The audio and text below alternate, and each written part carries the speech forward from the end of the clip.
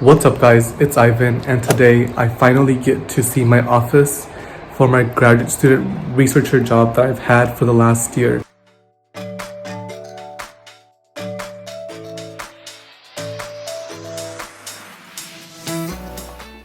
So I will be in the office on Mondays and Tuesdays. Today is Monday, and I finally get to work in the office, meet the staff in person, and then also meet the other GA who will be working with us this year. So I'm excited. Let's get going to campus because it is a 20-minute walk and I have 30 minutes to get there. I think I know where I'm going. I looked up the directions online, so hopefully I make it on time.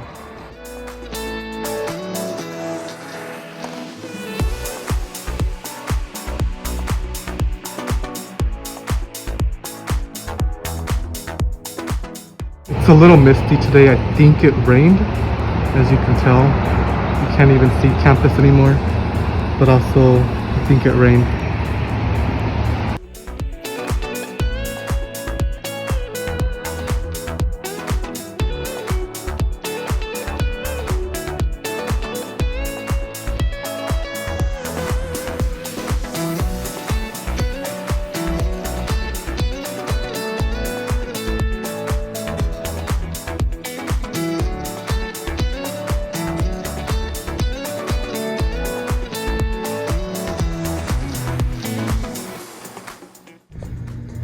Alright guys, so we made it to the building, the student services building, and we have to go up to floor number 5. That is where the office is located, so that's where I'm heading right now.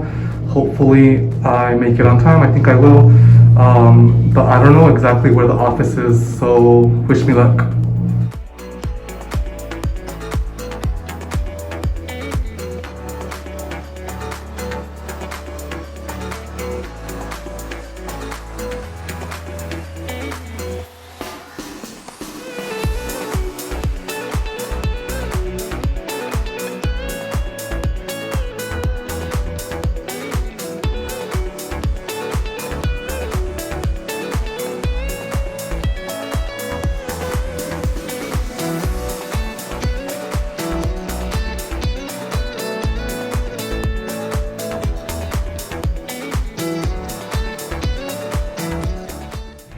What's up you guys? So we are here in the office. I'm actually in one of the staff members' offices while she's not here. Obviously right now we are following COVID protocols just because obviously we're still in that situation. So half of this team is here in the offices, half is working remotely, and then the other half will switch over every other day. So right now we just got done kind of touring the office because I've never been here obviously, and then I also just finished our one-on-one meeting, just kind of planning out the quarter and figuring out what we have to do in order for us to be successful next quarter, because that's when we start our meetings with our students. So right now I am going to plan out the research portion of the job. So I am going to I think I'm going to create a calendar that would just kind of keep me in check,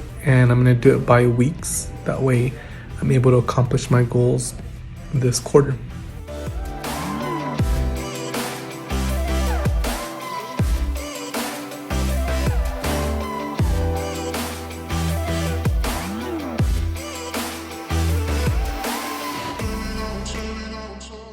Alright guys, so I am wrapping up my first day in the office. Today, this last hour, I created this timeline for the assessment research project I'm working on. So as you can tell, this week I'm focusing on creating the assessment timeline plus coding the first interview. That's going to be the first round of coding. Then I'm going to do that again next week for the second and third interview, first round. And then I'll eventually get to second round of coding, third round of coding, and then I'll review things with my supervisor.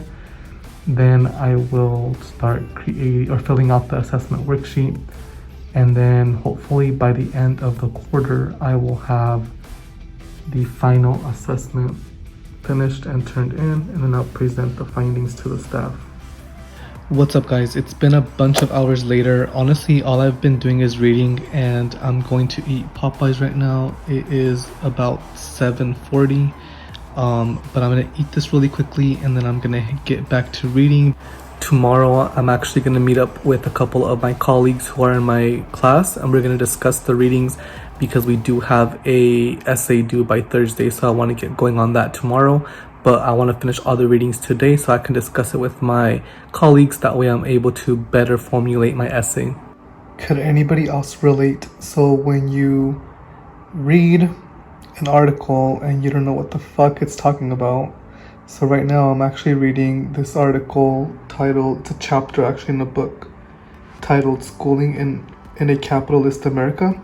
So pretty much they're trying to explain to us like the reasoning behind why our educational system is what it is.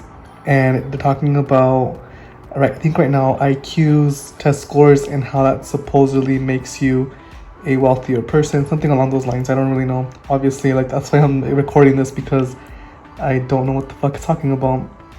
So I'm just like reading, but no, nothing's coming to my head. But I'm gonna continue reading. Hopefully I understand it, and then hopefully tomorrow when I discuss it with my colleagues, I get it. But can anybody else relate? Like when you don't know what you're doing, what you're reading, and you don't know how you got into grad school.